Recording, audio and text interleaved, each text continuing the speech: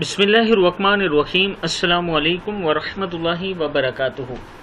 عابد راجہ channel کی طرف سے آج میں اپنے دوستوں کو بہت ہی پیاری دعا پڑھنا سکھاؤں گا۔ اس سے پہلے میں اپنے تمام دوستوں سے گزارش کروں گا کہ اگر آپ نے ابھی تک میرے چینل عابد راجہ کو سبسکرائب نہیں کیا تو ضرور کر لیں۔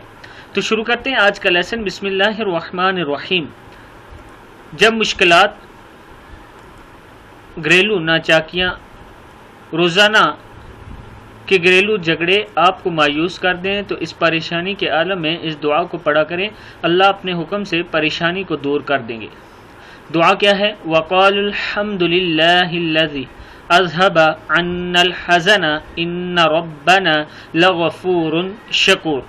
پھر سن لیں۔